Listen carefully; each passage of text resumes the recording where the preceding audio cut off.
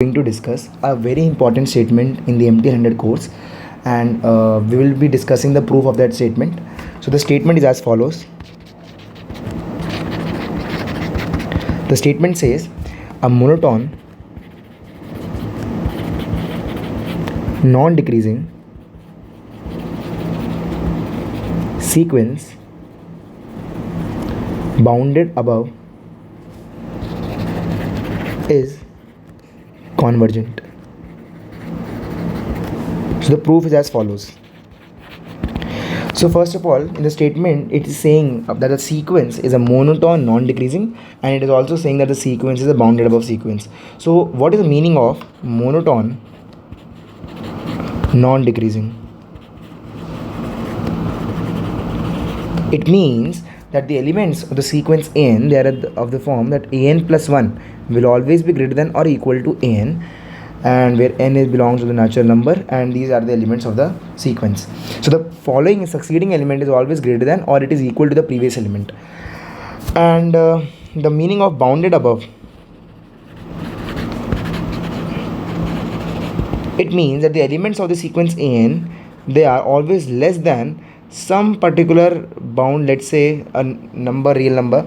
Okay, so this is the condition for bounded above, less than equal to instead. Yeah, so let's discuss a proof. So let's consider a set S.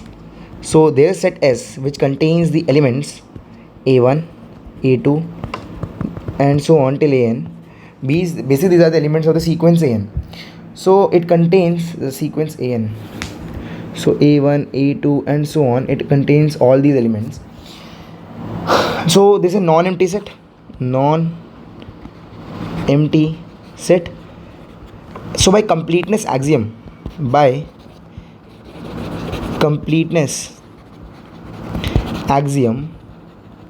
we can say that there exists a supremum, let's say A, of the set S, because the completeness axiom states that any non-empty set subset of real numbers, a non-empty subset of real numbers which has an upper bound must have a least upper bound, which is also known as a supremum of the set.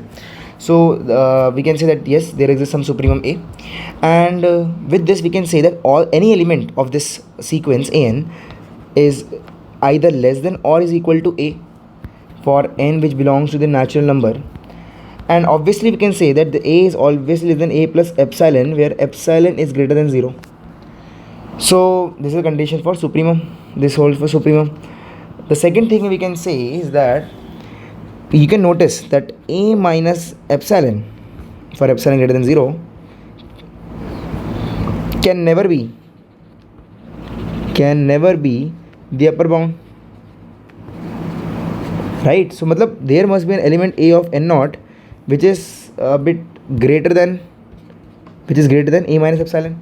So the situation lying here is that A of n naught is here and it is greater than A minus epsilon. There is A of n and there is A minus epsilon. And how can we say this? We can say an is greater than or equal to A of n naught for all n which are greater than or equal to n naught, since the sequence is non-decreasing. With this, we can say that this A of n is actually less than A plus epsilon and is greater than A minus epsilon. With this, we can say that an minus A is less than epsilon, and hence we can say that limit an as n tends to infinity is equal to A. Since its limit exists,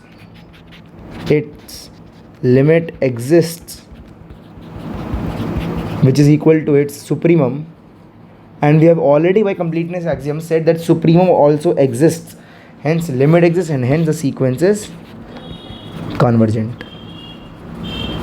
So it is later on very useful in proving Bolzano-Weierstrass theorem. And yeah, thank you.